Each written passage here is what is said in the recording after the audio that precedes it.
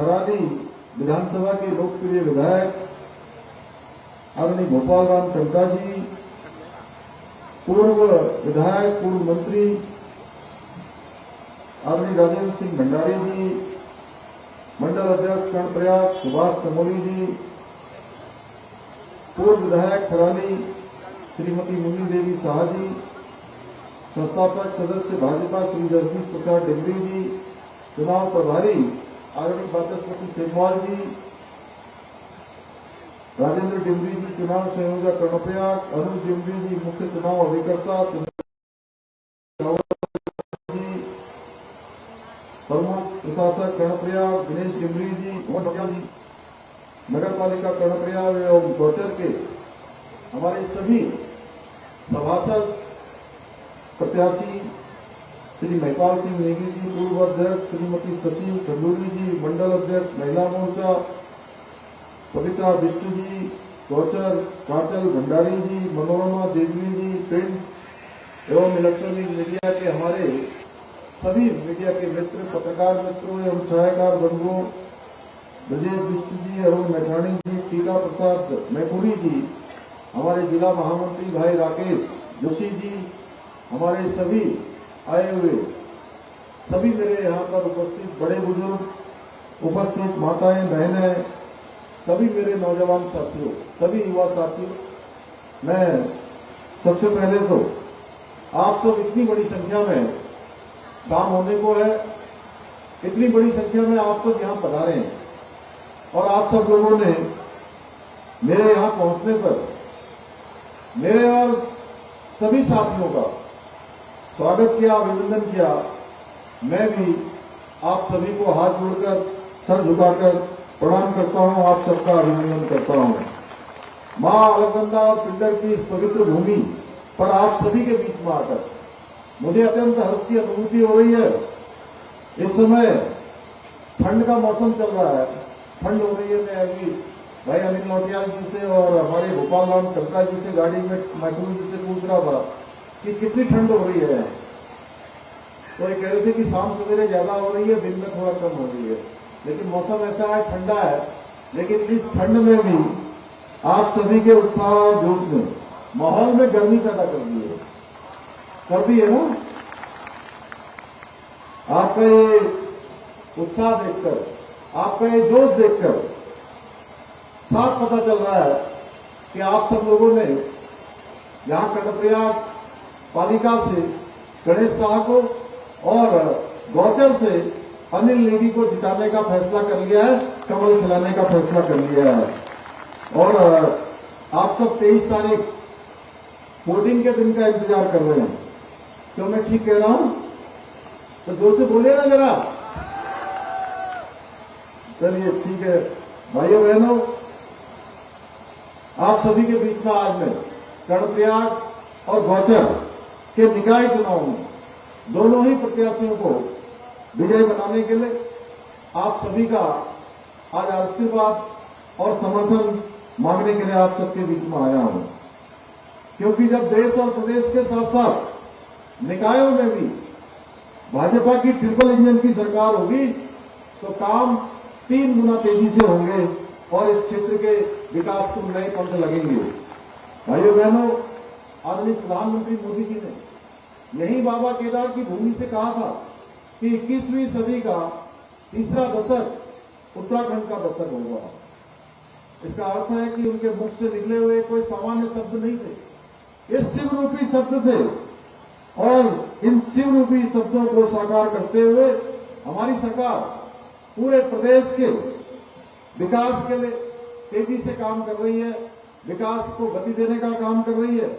एक और जहां हमारे यहीं पर बद्रीनाथ जी मास्टर प्लान पर काम चल रहा है, केदारनाथ में नव निर्माण और पुनर्निर्माण का कार्य चल रहा है, वहीं दूसरी ओर शहरों से लेकर सुदूरवर्ती क्षेत्रों में आज शिक्षा के क्षेत्र में, पेयजल के क्षेत्र में एवं हवाई कनेक्टिविटी के क्षेत्र में अनेक काम किए जा रहे हैं।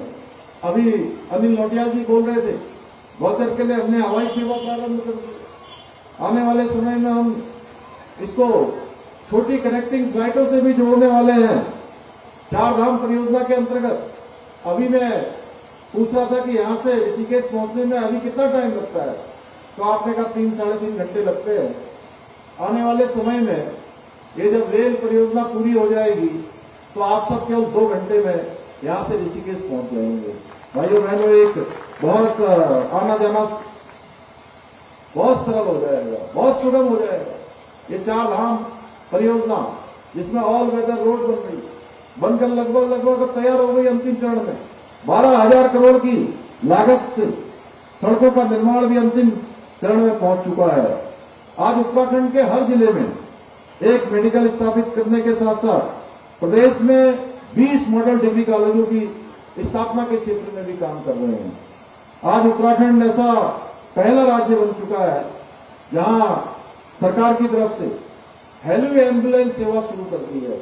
ऋषिकेश से अब कोई भी इमरजेंसी आएगी, कोई परेशानी होगी, तो हेली एम्बुलेंस के माध्यम से भी उनको जो है कठिन से कठिन स्थानों से ऋषिकेश एम्स तक पहुंचाने का काम शुरू हो गया है। इसके साथ ही हम अनेक कामों को आगे बढ़ा रहे हैं। अभी मैं यहां आने से पहले कर्णप्रयाग ऋषिकेश रेल लाइन इसका निरीक्षण करके यहां पर आया हूं और जल्दी ये काम भी पूरा होगा।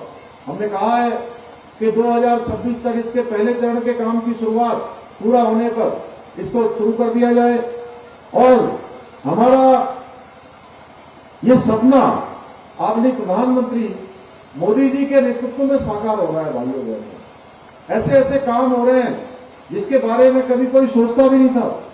और ये महायोजना ऋषिकेश कर्णप्रयाग रेल लाइन की जब पूरी होगी तो ये समृद्धि भी आएगी, रोजगार भी बढ़ेगा, व्यापार भी बढ़ेगा और भी अनेक संभावनाएं हमारे लिए हमेशा खुली रहेंगी। भाइयों बहनों, हमने पलायन जैसी बड़ी समस्या के समाधान के लिए विभिन्न क्षेत्रों के लिए विशेष औद्योगिक नीतियां बनाकर उत्तराखंड में निवेश और रोजगार के अवसर पैदा करने की दिशा में भी हम निरंतरता से काम कर रहे हैं, जिससे कि हमारे नौजवानों को रोजगार मिले, अपने घर के पास वो कुछ काम कर पाए। भाइयों बहनों, होम स्टे योजना, लखपति दीदी योजना, सौर स्वरोजगार योजना जैसी अनेक योजनाओं को लागू करके स्वरोजगार को बढ़ावा दिया जा रहा है। इतना ही नहीं, हमने कर्णप्रयाग तहसील में स्थित बेनीताल को एस्ट्रो विलेज के रूप में विकसित कर रोजगार के क्षेत्र में एक नई शुरुआत की है। अनेक काम अभी गणेश साहब बता रहे थे, हमारे विधायक नौटियाल जी बता रहे थे मुझे कि यहां पर भूदशाओं की समस्या है। भूदशाओं के लिए भी हम लोग काम करेंगे। 205 परिवारों को उनको भी मुख्य धारा से जोड़ेंगे, उनकी भी सहायता करेंगे, उसमें भी हम कोई कोर कसर नहीं लेंगे। भाइयों बहनों, जहां हम क्षेत्रीय आधार पर अनेक काम कर रहे हैं, मैं नौटियाल जी अगर यहां बोलते रहते तो बहुत लंबी लिस्ट हो जाती और उनको पता था कि मुझे थोड़ा जाना भी है, इसलिए बहुत ज्यादा मैं नहीं बोल रहा हूं। लेकिन प्रदेश के अंदर हमने बहुत सारे ऐतिहासिक निर्णय लिए हैं, ऐसे ऐतिहासिक निर्णय लिए हैं जो केवल उत्तराखंड के लिए नहीं, हमारे आदरणीय प्रधानमंत्री जी ने अभी 9 नवंबर को राज्य स्थापना दिवस पर प्रदेशवासियों को संबोधित करते हुए कहा कि उत्तराखंड के अंदर आज विकास का महायज्ञ चल रहा है और विकास के महायज्ञ के साथ साथ जो भी हम लोग कानून बना रहे हैं वो कानून आज पूरे देश के लिए एक उदाहरण प्रस्तुत कर रहे हैं, एक उदाहरण बन रहे हैं। भाइयों बहनों, नकल का कानून हमने लागू करके जहां नकल माफियाओं को जेल के अंदर भेजने का काम किया, उनको शिकंजा कसने का